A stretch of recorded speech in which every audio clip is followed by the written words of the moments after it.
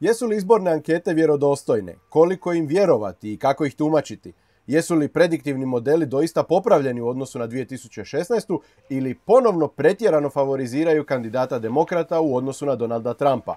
Gledate podcast Reakcija, ja sam vaš domaćin Mate Mijić, a danas je sa mnom Vuk Vuković, doktor političke ekonomije sa sveučilišta Oxford, a ujedno osnivač i direktor Oracluma, tvrtke sa sjedišta u Ujedinjenoj Kraljevini koja se, između ostaloga, bavi i izbornim prediktivnim modelima.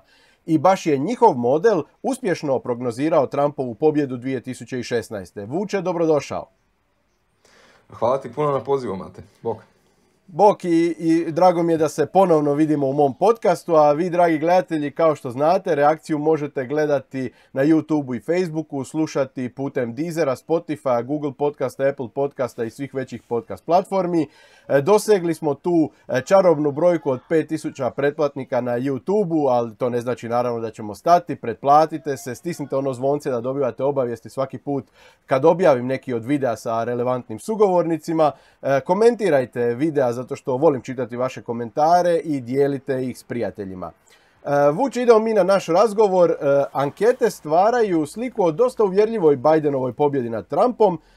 Većina njih, naročito one na nacionalnoj razini, praktički sugerira da se izbori ne bi ni trebali održavati jer su već praktički odlučeni. Većina prediktivnih modela Trumpu daje tek 10 do 15% šanse za pobjedu. Jesu li ovi izbori doista odlučeni? Pa ne bih rekao ako je već 15% šanse za pobjedu, to ipak znači da postoji šansa za pobjedu, znači da nisu odlučeni. A ovo što si spomenuo, slažem se s tobom, znači to što je na nacionalnoj razini neko ima 5 ili 10% prednosti ne znači ništa, jer de facto američki izborni sustav ne znači, nije onaj koji ima više glasova, što smo vidjeli točno zadnji put, gdje je Hillary Clinton imala skoro 3 milijuna više glasova, zato što je puno više dobivala u Kaliforniji i New Yorku, koji su velike države, nego ali je izgubila one ključne države koje su potrebne da ti dobiješ zbog tog njihovog sustava Electoral College, odnosno sustava elektorata. Tako da, i sad neko se može žaliti da to nije pravedno, ali poanta priče je svako prije utrke zna pravila igre. Znači ti znaš da trebaš osvojiti ključne države, ne najveći broj glasova, prema tome na to se fokusiraš svoju izbornu strategiju. Tako da ja ne volim te argumente da je sad to nije fair, znaš koje su pravila igre. Ako hoćeš ih mijenjati, promijeni ih, pa idemo igre raditi drugčije. Ali mislim da dakle, na nacionalnoj razini to što je sad ta velika prednost ne znači ništa, ali treba gledati one pojedinačne države. Ili zadnji put ankete nisu toliko puno fulale na nacionalnoj razini. I mi smo inače isto vidjeli da će Hillary imati više glasova, ali na pojedinačnim državama tu su bile one najveće pogreške i tu ono što smo mi tada procijenili, ankete su tada Trumpa podcijenili za nekih 4% poena, što je zapravo jako puno. Sada isto mi vidimo jednu razinu podcjenjivanja, ali mislim da nije tako velika koji zadnji put. Tako da ne bi se trebalo dogoditi da baš 6 do 7% poena ankete baš toliko puno promaše. Ali budemo vidjeli, nikad ne znaš. A možemo li reći, recimo, u ovim ključnim nekakvim saveznim državama gdje anketari daju 1-2% postotna boda prednosti Bidenu, da je tu Trump itekako konkurentan? Svakako. Mislim, to je nešto što mi vidimo. Mi isto radimo naše projekcije, sad ne mogu baš pričati o točno koje su finalni ishodi, jer za to imamo klijente koji nas plaćaju, ali da vidimo, recimo, mogu par država, evo spomenuti 3 konkretno, koje su nam najbitnije za ovaj sad izborni ciklus i koje preporučam svima da prate, a to su Florida, Arizona i North Carolina. Ne? Zašto te 3? Zato što njih 3 ćemo znati izborni ishod na izbornu noć, znači sutra na večer, odnosno, dakle u Americi sutra na večer, to će nama biti negdje srijeda ujutro. I sad te 3, one broje glasove prije, znači ove glasove koji se šalju mailom, jer sad poanta je ti glasovi mailom zbog same korone, ja mislim da je već preko 100 milijuna Amerikanaca glasalo putem pošte ili već glasalo. Tako da oni već broje te glasove i onda ćemo znati njihov ishod tada. Neke druge države, poput Pennsylvanije, koja isto jako bitna, ili Michigana, ili Wisconsina i tako dalje, njih ćemo znati tek možda par dana, možda par tjedana kasnije. Dakle, to će sad biti taj izvor velike izborne neizvjesnosti i to je nešto što mi najviše pratimo, ali ono što je bitno, znači, ako recimo u te 3 države, sad možemo se igrati sa scenarijima, jel? Ako u te 3 države pobjedi Trump, odmah, prvo ovako, ako pobjedi Biden u sve te tri, znači u Floridi, Arizoni i A Trump više nema puta prema zapravo 270. To je gotovo, tako je, to je gotovo. U pravilu to je gotovo, onda Trump morao bi osvojiti onda i Pennsylvaniju i Michigan, ali bilo bi mu jako teško i zadržati sve ove druge neke države i tako dalje. Ali, znači ako ih Biden tad osvoji, to će u pravilu biti to. Ako ih, znači već rastemo na 0,99%. Znači Trump mora više država, mora mislim četiri ove velike države preokrenuti. Ako pak Trump dobije sve tri, onda njemu naglo rastu šanse i to više nisu 10%, oni su već onda preko 60% u tom slučaju. I onda se sve ovisi o Pennsylvaniji. O Pennsylvaniji i sad i ove tri države, barem jednoj od te tri, znači Michiganu i tako dalje, ali Pennsylvaniju bi onda u tom slučaju trebao osvojiti da pobjedi. A ove tri ishod, nekakvi... Da. Reci.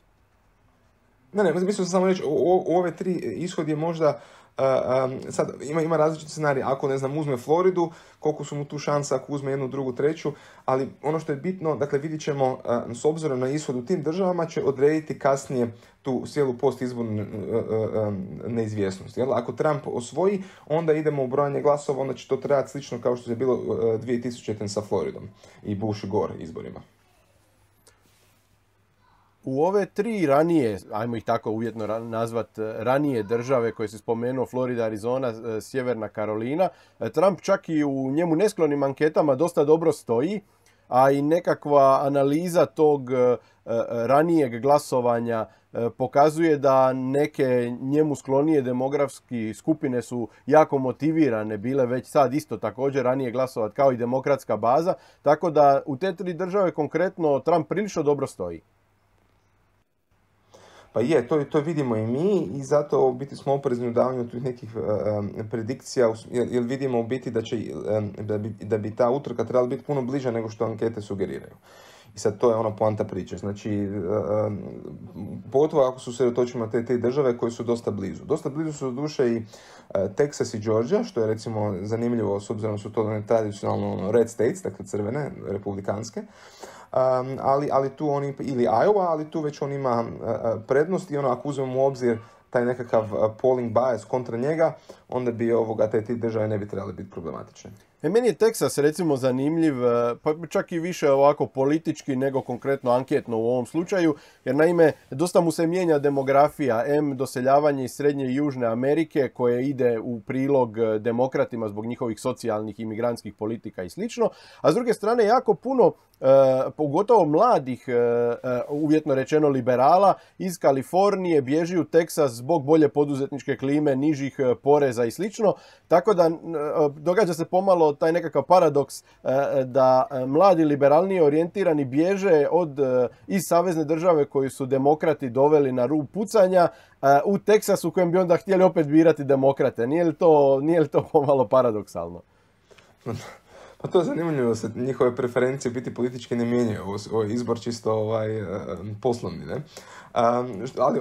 Iako ono što ti kao doktor političke ekonomije znaš, jedno uvjetuje drugo. Dakle, nije taj ekonomski model u Teksasu pao s Marsa u odnosu na Kaliforniju, vezan je naravno uz političko odlučivanje i to je fascinantno. Vidjeli smo taj primjer i sa ljudima u Europi koji se sele, bilo unutar Europe ili se doseljavaju u Europu. Oni sa sobom nose svoj sustav vrijednosti, u stvari svoje političke afinitete i nastoje ih birati i tamo gdje su došli i mijenjati sredinu koji su došli na zapravo ono od čega su pobjegli. To je dosta zanimljiv fenomen.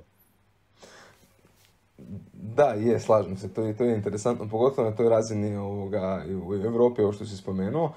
Ali, mislim, ono što je, recimo, u Americi drugčije, jer tamo, zašto ja volim njih kao taj sustav tih 50 država? Baš zbog toj činjenice da ti možeš birati zemlju u kojoj želiš živjeti s obzirom na zakone koji ti tamo pašu. Jer to su 50 država koji su relativno različite, svaka ima nekakve svoja pravila. A tako ako ti se ne sviđaju, ne znam, zakoni ovakvi i onakvi, odeš živjeti u državu koji ti se to sviđa, a i dalje živiš u svojoj zemlji, ne? Čuje sad, evo. Znamo da je to sam recimo imao prilike čuti baš kod nekih ekonomista tipa Arthur Laffer, kad sam bio na njegovom predavanju, on je baš to pričao, da se on odselio, isto ovo što si spomenuo, iz Kalifornije u Tennessee, jer u Tennessee imaju puno niže porezne stope na dohod. Ali mislim da je on ostao republikanac, tako da on nije mijenjao svoje preferencije. Znamo da su kod anketa zapravo najvažniji trendovi a Trumpov trend je ponovno uzlazan kao i 2016. s time da je ovaj put nekoliko dana, 5 ili 6 dana ranije krenuo smanjivati razliku u odnosu na prije 4 godine. Znači li to da bi on na nekakvom vrhuncu svoga rasta mogao biti upravo na dan izbora? Pa moguće je svakako, znači nije nemoguće, zato što kao što sam rekao, on još uvijek ima nekakve šanse i to ovi ozbiljni malo polsteri ističu. Ali sad, to predvidjeti jako teško, znači sad kad će se taj pik dogoditi i kad će se dogoditi taj njegov vrhunac, to teško je vidjeti. Ali s druge strane opet moramo pitati da li je taj signal točan, jel? Jer s jedne strane mi vidimo da Trump ima ogromne ralije i ogromni hrpu ljudi dolazi na to, ali to je on uvijek imao. I on mislim da nikad nije padao ispod nekih 40% podrške nacionalno. On nikad nije ni bio ni preko 50%, ali, odnosno možda u jednom trenutku, ali nikad nije padao ispod, znači on ima jednu vrlo snažnu bazu lojalnih suportera i oni će uvijek biti uz njega. Recimo drugim predsjednici nisu imali tako, tipa Bush je znam da je padao ispod, neki Nixon je pao na 15% i tako dalje. Ali Trump je baš konstantno, znači ne gubi svoje lojaliste i to njemu daje nekakvu snagu, tako da ovo što vidimo je možda onaj standardni njegov polling numbers gdje su ljudi nabrijani koji vole njega i koji ga žele glasat. A sad pitanje je da li će to biti dovoljno. Poznat je taj fenomen, mislim dosta o njemu slušamo, takozvanih stidljivih Trumpovih birača, ljudi koji zbog velikog pritiska i medija i političke javnosti, općenito okoline, jer je Trump kojeg oni favoriziraju polarizirajuća figura, pa su često mete raznih napada, tako da nisu voljni javno izreći svoju preferenciju. Koliko je doista vjerojatno da se dio njegovih birača ne želi izjasniti u anketama i možeš li reći nešto više o tom isto zanimljivom fenomenu o kojem se može čuti ovih dana, a to je da dio njih svjesno obmanjuje anketare jer ih smatraju nekakvim establishmentskim neprijateljem pa im namjerno mažu oči, izražavajući pogrešne preferencije. Pa, mislim, bilo je čak istraživanja koji su se radili na tu temu i nisu našli nekakve velike podršku toj hipotezi, ali mislim da je to, znači i sad onda se obično polsteri opravdavaju da nema dokaza za to, ali ja mislim da oni opet krivo gledaju, jer njihov glavni problem nije u ovom trenutku čak i da postoji recimo shy Trump glasači, stidljivi što si rekao Trump glasači, glavni problem ti je u anketama što je jako visoki takozvani non-response bias, dakle onaj pristranost ljudi koji nisu jednostavno odgovorili na anketu. Danas ti je on je bio prije par godina 9%, danas je možda na 4 do 5%. Šta to znači? To znači da kad zoveš ljude, ako hoćeš anketu od 900 ljudi, ti moraš zvati 10, recimo da je 9% stopa, ti moraš zvati 10.000 ljudi da dobiješ 900. Jel? Prije si imao taj response rate je bio 40%, znači govorimo o 90-ih, je bio 40%, znači da si za 900 ljudi morao zvati samo 2.500 ljudi. I to je ta glavna razlika, jer ti onda vidiš da ti jedan veliki dio ljudi, ok, neki ljudi neće glasati, jasno, ali jedan dio ti ne želi reći, znači skriva. Dakle, možda su tu shy Trump glasači u tom smislu, zato u istraživanjima mi ne vidimo taj efekt da oni postoje, ali možda oni postoje tu da ti uopće nisu se htjeli ni javiti na samu anketu, ni odgovoriti na nju.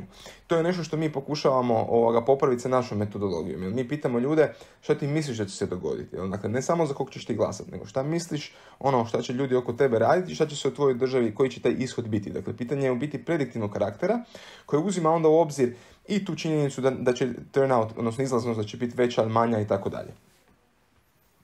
Drago mi je spomenuo vaš model, vi ste prije 4 godine uspješno predvidjeli Trumpovu pobjedu, ove godine sam si rekao ne idete javno s predikcijom, pa nam pretpostavljam nećeš reći ko pobjeđuje i koliki broj elektora predviđate za svakog kandidata, ali možeš li nam reći nešto više općenito o vašem modelu, jeste li ga unaprijedili i kako u odnosu na 2016. i nekakve zanimljive fenomene koje ste otkrili, ako ste ih otkrili ove godine?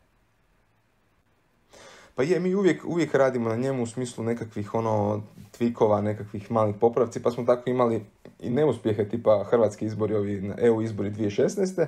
ali smo zato jako dobro predvidjeli, ne znam, Milanović-Kolinda, tipa oba kruga. Ne 2016. pardon, 2019. izbori, ovi europski izbori što su bili 2019.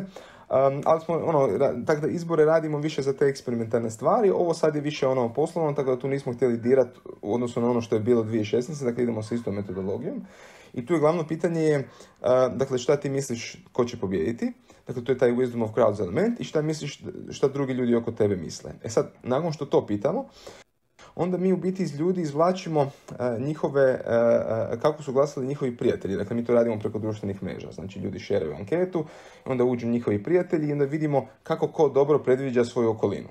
I sad, s obzirom na to, znači, neko može biti živjeti u bubble u nekakvom liberalnom, neko može živjeti u bubble u crvenom, ali nije bitno jer vidimo da mislim, takvi ljudi su nam onda, ajmo reći, manje precizni u svojoj predikciji. Meni trebaju ljudi koji su onako između. Neki su ti prijatelji lijevo, neki su desno, neki su centar. Znači, imat ćeš malo bolji, barem imat ćeš veću vjerojatnost da kužiš šta će se događati. To je poanta priče. Znači, mi moramo naći dobre, mi ih zovemo observeri, ne? Znači, dobre promatrače izbora, odnosno ljudi koji kuže jednu i drugu stranu i na taj način će bolje shvatiti kakav će biti ishod. Ne mora značiti nužno da će biti točni, ali u prosjeku imat će veću vjerojatnost i to će dobiti veći onda ponder u samoj anketi i na taj način ćemo koristiti tu predikciju.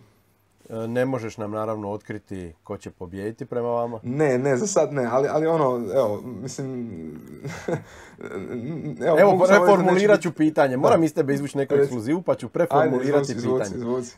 Možeš li nam reći, jesu li vaša predviđanja drukčija u odnosu na ove standardne ankete i koje zaključke možeš izvući iz vašeg predviđanja, kakve su ove druge ankete, favoriziraju ili nekoga presnažno od dvojice kandidata? Pa da, jesu drukčiji su, ali ne toliko drukčiji, jer ti sad puno rekao. Sasvim dovoljno. Drukčiji su u smislu da mi isto vidimo taj definitivno nekakvu pristranost anketara. I ono što sam rekao, ona možda neće biti tako velika kao i zadnji puta, dakle ta greška, ali će sigurno ići, znači sigurno će te brojke biti manja razlika Biden-Trump nego što ankete predviđaju. A možeš li mi reći, ako ste istraživali, a vjerojatno jeste, najvažnije teme koje građane zanimaju, vodi li korona uvjerljivo na toj listi i može li odnos prema pandemiji odlučiti ove izbore? Svakako, i to je sad jedan od razloga zašto u biti imamo taj shift. Ono što sam znači mi smo ovo krenuli još pripremati se od prvog mjeseca i u tom trenutku glavna tema je, znači, kao i uvijek u Americi, ekonomija, ali to je uvijek broj jedan tema i to je apsolutno išlo Trumpu u prilog. Dakle, on je u tom, znači, govorimo da se nastavilo, da nije bilo korone, mislim da ne bi danas imali nikakav veliku neizvjesnost, da bi Trump to puno uvjerljivije, odnosno da bi on pobjedio, jer imao je povijesno najnižu nezaposlenost, imao je najviši rast tržišta, a to Amerikancima dosta ide u prilog. Ja sam čitao nekakve tada i komentare običnih ljudi koji su govorili, ja možda ne volim Trumpa, da se ne slažem s njim, ali zbog njega imam posao, zbog njega rastemo i tako dalje. I to je taj element, pogotovo u ovim Rust Belt Midwestern državama, dakle ovo što smo malo prije komentirali, dakle gore Michigan, Minnesota, Wisconsin, Ohio i tako dalje.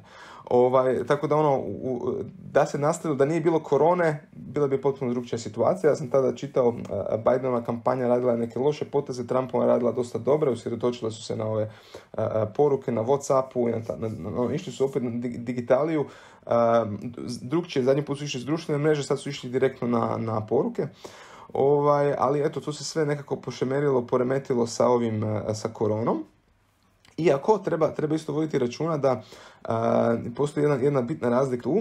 Recimo Trumpova kampanja i dalje radi takozvano get out to vote. Dakle, to je u Americi dosta bitno. To je mislim, ti si radio na izborima, znaš da je uvijek terenski rad najvažniji. Ti moraš na terenu dobiti ljude. Bidenova kampanja to ne radi zbog korona. Što se tiče digitala, tu Trump ne samo da je konkurentan, nego i prilično dominantan u odnosu na Bidenovu kampanju. I sam si rekao, terenski pokazatelji su isto na Trumpovoj strani. Sad, samo ankete praktički ne daju prednost Trumpu, odnosno daju prilično uvjerljivu prednost Bidenu. Je li istina negdje na sredini, ili ipak anketama trebamo dati kao pokazatelju nešto veću relevantnost u odnosu na ove neanketne pokazatelje?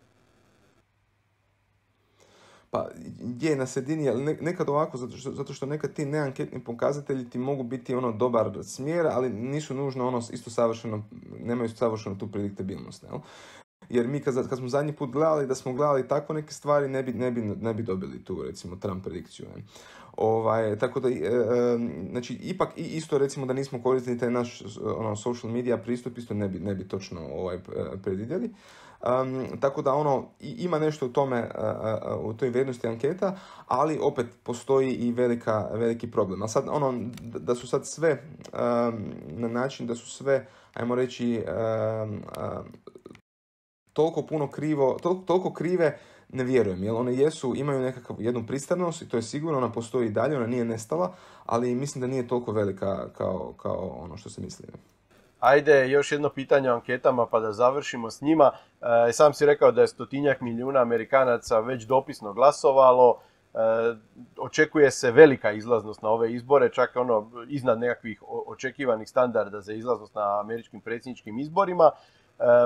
Smatraš li da, jer poznato je da ankete računaju nekakvu standardnu izlaznost i da onda mogu značajnije promašiti ako je izlaznost značajnije ispod ili iznad toga, može li velika izlaznost poremetiti praktički nalaze istraživačkih kuća i može li se na kraju dogoditi da zapravo velika izlaznost donese nešto drukčije rezultate od onoga što one predviđaju, makar nužno za standardnu izlaznost njihova predviđanja možda i nisu kriva inicijalno. Da, evo pa, super pitanje. Ja mislim da u ovom trenutku one uzimaju u obzir tu izlaznost i smatraju da će ta velika izlaznost koristiti Bidenu, što ne mora nužno značiti, jel? Dakle, da, u pravilu veliki izlaznost, to je jedan od mitova koji smo mi još za hrvatske izbore još 2015. govorili, da li velika izlaznost ide u korist ljevici. Može biti, ali ne mora biti. Znači, nekad je, nekad nije, tako da nije set in stone, kako bi Englezi rekli, jel? Nije to savršena točnost. Tako da, mislim, ja bih rekao da jedan od razloga zašto je takva velika prednost je što su oni uzeli u obzir da će ta velika izlaznost ići u prednost demokratima, jer ljudi koji, prije ne bi glasali, sad će ipak glasati i to pretpostavka je za Bidena. Kažem što ne mora nužno biti, mi ne znamo u ovom trenutku na temelju samo toga, na temelju samo tih dopisnih glasova za koga ti ljudi glasuju. Dakle, ja se ne bi uopće upuštao u to procjene rezultata na temelju ovih dosadašnjih glasova. Jer naprosto ne znamo za koliko su ti ljudi glasali. Pogotovo što je polarizacija tamo iznimno velika, u političkom smislu to izgleda kao na pragu nekog građanskog rata, tako da mislim da se oba tabora imaju razloga mobilizirati na ovim izborima. Pa točno, ne, ali upravo to, ali ne samo to, znači ti sad ne znaš u ovom trenutku da, znači imaš ogromnu mobilizaciju ljudi koja nikad nije bila do sada, ali imaš je zbog te situacije s koronom, jel? Sad, ljudi su pohrlili glasat zato što im se otvorila ta mogućnost da glasuju od doma, da ne moraju ići na polling station. Ne znam, ako si čitao one reporte, ljudi znaju po 9 sati stajati u redu za glasovanje kad su bili ovi midtermni za vrijeme same korone. To, neko to voli, očito Amerikanci su navikli na takve stvari, a ne bi sigurno čekao 9 sati. Ako bi čekao 15 minuta bi mi to bilo previše. Ali dobro, ali to je drugo, ne. Tako da hoću ti reći, ne znamo u ovom trenutku, zato što nismo nikad do sada imali takav slučaj, tako da ne možemo znati šta taj veliki turnout, ta velika izlaznost u slučaju tih mail-in glasova znači. Doktor si političke ekonomije, kao što smo rekli, kako bi ti ocijenio ekonomske politike Donalda Trumpa prije korone? Da se sad zadržimo na tom razdoblju prije ovog eksternog šoka za koji Trump ni bilo koji drugi predsjednik nije odgovoran, on se jednostavno dogodio. Tako da zanima me kako ti ocjenjuješ njegove ekonomske politike prije korone. Pa ovako, znači što se samo toga tiče, on je svakako radio stvari koje su bile korisne za rast tržišta. Znači on imao izuzetno visok rast stock marketa, dakle rezao je poreze i dao je čak i nekakve natruhe stimulusa i tako dalje. I to je sve sad neki će reći punilo bubble, što je isto tako lako moguće, znači tržišta su rasla izuzetno jako. Ali u pravilu te njegove politike i na temelju prijašnje administracije i dobre ekonomije koju je imao su mu apsolutno išli u prilog. Tako da mislim da je sama ekonomija bila dosta jaka i vraćali su se nekakvi poslovi u određenim industrijama koje su njemu bile važne i te stvari su mu definitivno išle u prilog. Bilo je tu nešto neizvjesnosti što se tiče ovih trgovinskih politika sa Kinom i to je u par slučajeva znalo tržište spustiti u negativni šok, recimo početkom prošle godine, početkom 2019. Tako da, uglavnom su te neizvjesnosti bile vezane uz njegove nekako vanjsko-političke poteze nego ove domaće poteze. I u tome u biti Amerikancima je zato on, ajmo reći, na neki način, barem pogotovo ovima koji glasuju za njega, bio tu prihvatljiviji jer ne zanima ih njegove vanjsko-političke stvari, nego više zanimaju ono što se radi, što se događa doma. A misliš da postoji dio birača koji bi mogao nagraditi te pred korona dobre ekonomske poteze, ljudi koji možda 2016. nisu znali što od njega mogu očekivati, a sad kako ipak znaju kako je upravljao i ekonomijom, ali i državom, a Amerikance u pravilu puno više zanima unutarnje politička situacija nego vanjsko-politička. Misliš li da je ipak jedan kontingent birača koji mu nije dao povjerenje 2016. bi sad mogao? Pa, to je u pravilu, ono što kaže politička teorija je da ljudi imaju jako niski taj period, odnosno taj, kako se to kaže, vrijeme koje zapamte. Jel? Znači, u biti pamtiš ono što se dogodilo zadnjih 3 do 6 mjeseci, ne ono što je događalo se prije toga. I to mu ne ide u prilog. Jel? Znači, dobro, on je sad opet, znači tržište se opet vratilo na povijesno visoke razine, jer oni su imali kao administracija dosta dobar odgovor na samu koronu. Znači, tu je 2 trilijuna je upumpano stimulusa u ekonomiju, nikad više od toga, prije više od toga. Fed je isto išao sa jakim mjerama, tako da se tržište dosta oporavilo. Ekonomija još nije, dakle imamo kako gdje, kako što, dakle imali smo sad rast BDP-a od 30% u ovom trećem kvartalu, to je taj nekakav V oporavak, ali stvari će biti sve teže i teže kasnije, to ćemo još vidjeti. Tako da ovo što me pitaš u biti, da li ljudi sad to vrednuju, znači oni će se sjećati onog što se događa recentno, a tu je, recimo, mislim da je tu Biden kampanja napravila dosta dobar strategiju gdje stalno naglašava te stope, brojeve smrti, ali to je ono što ljudima ostaje u glavi. Tako da, i ono što si me pitao, nisam ti još odgovorio na ono pitanje šta je najbitnija tema. Korona je najbitnija tema, jel? Ekonomija je ipak na drugom mjestu, tako da upravo zbog te korone i zbog tog broja smrti, to je nešto što će biti drajvati izbore. Smatraš li da, ili pokazuju li to vaše istraživanja, da birači više vjeruju Bidenu i demokratima oko oporavka od korone ili nemaš konkretnih podataka o tome? Pa za to nemam, ali u biti znam kako se na tržištima o tome priča. U pravilu sad, znači, nekakav najgori scenarij za tržišta je, ajmo reći, da taj postizborna neizvjesnost, da se ne zna ko je pobjedio.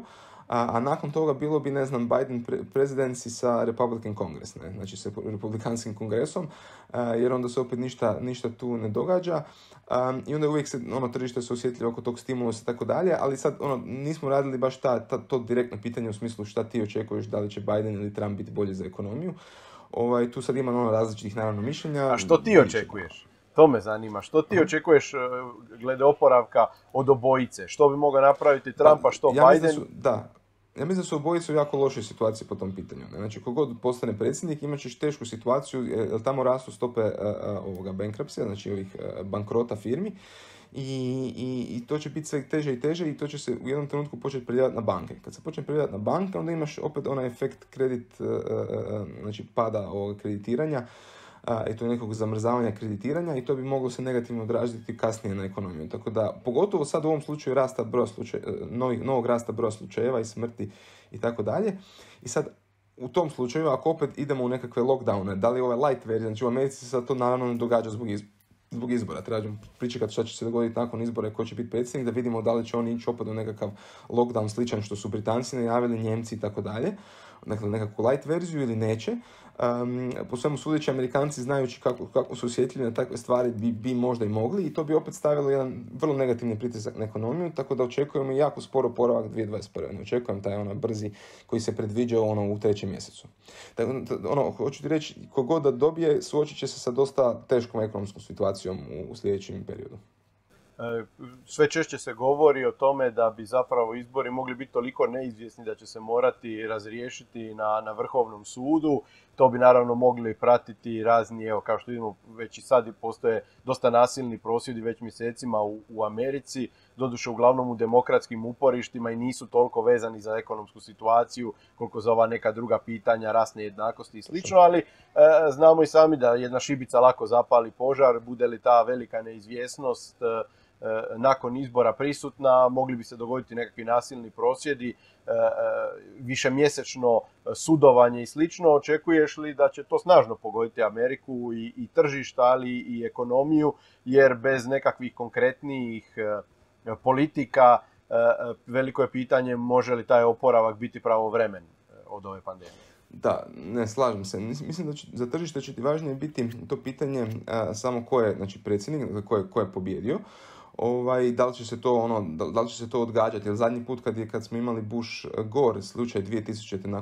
na onom brojanju u Floridi, tržište su oko 5% pala u tom periodu dok se nije znalo ko će biti predsjednik. I to bi se sad, ako se dogodi sličan slučaj, ovo što si rekao, ako Vrhovni sud bude morao odlučivati, to će trajati.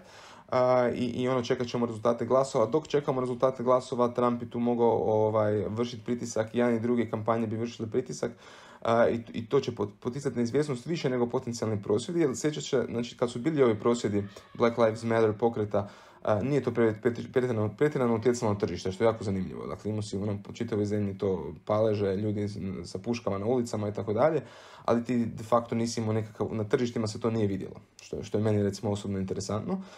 To je možda sad ljudi govore o toj hipotezi odvojenosti tog dijela investitora od realnog života u ovoj srednjoj Americi, takozvanoj flyover country, ne? Što je nažalost, bojim se da je nažalost istina. Jeste li možda istraživali utrku za Senat i predstavnički dom Kongresa ili ste se samo fokusirali na predsjedničku utrku? Ne, nismo. To išli smo samo na predsjedničku, to je ono što je najzanimljivije i što ima najjači efekt na samo tržište. Ali me svejedno zanima da pokušaš pronaći odgovor na moje posljednje pitanje. Misliš da bi neke u ovim ključnim državama, swing states, da bi nekakve neizvjesne utrke za Senat mogle pripomoći nekom od kandidata da ipak, ako postoji neko od karizmatičnijih kandidata za Senat, da mu povuče još koji lokalni glas za predsjedničku utrku? Jeste li možda vidjeli iz 2016. ta neka preklapanja tih dvije utrka? Obično ti je efekt obrnut. On ti se zove coattail efekt, ne? I postoji jako zanimljiva istraživanja o tome gdje ti u biti, recimo to se točno dogodilo 2016. Dakle, na coattail zato što ono kao na repu kaputa predsjednika se ostali šlepaju, okoriste. Jel? I to se točno dogodilo tada. Znači, republikanci su imali jako dobar rezultat upravo zbog Trumpa, jer ih je Trump pogurao prema gore. Na midterm izborima onim američkim, dakle 2018. su dosta izgubili u nekim državama, ali opet zato što nije bilo tog efekta Trumpa u tom trenutku. I tu je zanimljivo, sam gledao, oni koji su se odrekli Trumpa su prošli lošije od onih koji su i dalje bili uz njega. To je recimo interesantno. Tako da oni i dalje ima taj recimo pozitivni efekt i on je dosta promijenio to republikansku, ja bih rekao, biračku bazu, što će biti interesantno u narednim godinama, čak i da izgubi ili ako i pobjedi. Ali ono što sam htio reći, znači, dakle, taj efekt je u pravilu taj da predsjednik vuče ostale, a ne da ostali guraju njega. Ne? Znači, u pravilu je to smjer, direkcija nekog odnosa. Vuče, hvala ti na ovom razgovoru, hvala ti na drugom gostovanju u mom podcastu. Obećavam da te neću uskoro tlačiti ponovo. Doista ti hvala, uvijek je lijepo te ugostiti i saznamo i ja i moji gledatelji jako puno pametnih stvari. Super, evo, baš mi je drago i evo, hvala ti na pozivu, bilo je baš zanimljivo. A vi, dragi gledatelji, znate gdje nas možete gledati, na YouTubeu i Facebooku, slušati putem svih relevantnijih podcast platformi. Prešli smo 5000 pratitelja na YouTubeu, ali to ne znači da treba odustati. Pretplatite se, stisnite zvonce da dobivate obavijesti svaki put kad objavim neki ovako dobar razgovor sa kvalitetnim sugovornikom kao što je Vuk. Dijelite s prijateljima, komentirajte, lajkajte. Bilo je to sve za ovaj put. Do sljedećeg puta. Uživajte i ugodan dan.